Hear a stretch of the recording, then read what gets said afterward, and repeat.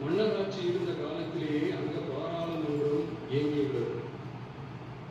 அக்காலத்தில் அனைத்து அதிகாரங்களையும் பெற்ற மன்னரும் இருந்தார், பாராளுமன்றமும் இயங்கியது. அங்கே மன்னர் ஒரு பணியை செய்ய வேண்டும் என்று விரும்புவார். பாராளுமன்றம் அவருடைய விருப்பத்தை பெரும்பாலும் நிராகரிக்கும். மன்னர் விரும்பிய காரியத்தை பாராளுமன்றம் நிராகரித்து விட்டது என்கிற செய்தியை மன்னருக்கு சொல்ல வேண்டியவர் பாராளுமன்ற தலைவர், ஸ்பீக்கர் என்பவர். பாராளுமன்றத்தின் கருத்தை மன்னரிடம் சொல்ல வேண்டியவர் ஸ்பீக்கர். அதற்கு முடிவு வேண்டும்.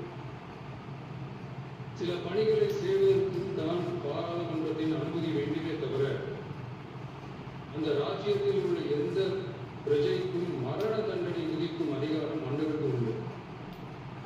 தான் விரும்பியதை பாராளுமன்றம் நிராகரித்து விட்டது என்று சொல்லும் ஸ்பீக்கருக்கு மரண தண்டனை விதிக்கும்படி ஆணையிடுவார். தலையை வெட்டி விடுங்கள் என்று ஆணையிடுவார்கள். இது பலமுறை நடந்ததால் யாருமே இந்த ஸ்பீக்கர் பதவிக்கு வர விரும்ப மாட்டார்கள். எனவே புதிதாக பாராளுமன்றம் அமையும் போது ஸ்பீக்கர் பதவிக்கு ஒருவர் அறிவிக்கப்பட்டவுடன் அவர் உடனே தலை தப்பித்தால் போதும் என்று ஒருவர் விடுவார். அணை முன்னவரும் எதிர்கட்சி தலைவரும் அவரை தடுத்து நிறுத்தி அவர் கைகளை பிடித்து இழுத்து வந்த ஆசனத்தில் அமர வைப்பார். இதுதான் அந்த காலத்தில் இருந்து வந்த மரபு.